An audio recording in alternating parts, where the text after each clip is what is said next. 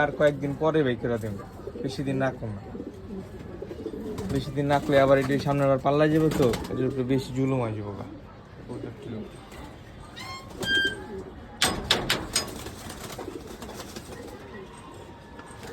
আচ্ছা ছাড়ছিলাম একটু আগে, ঢুকাইলাম আমার দোকানের পরে লাইসুবিটের পানি, কিন্তু যে লাইসুবিটের পানি, হাইড্রোসেলের পানি সবাই খাওয়াবেন। ভাই যে আরে গরম পরে ভাই মাঝে মাঝে ভাই কবুতর কিন্তু স্টক করে মরে যাবো।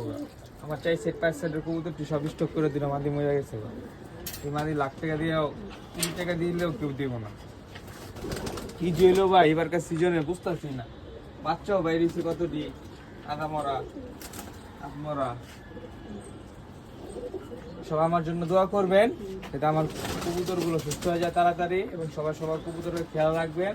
আর যাদের গরম ঠান্ডা লাগতেছে সবাই 6 in 1 খাওয়াইতে চেষ্টা করবেন। আল্লাহ হাফিজ।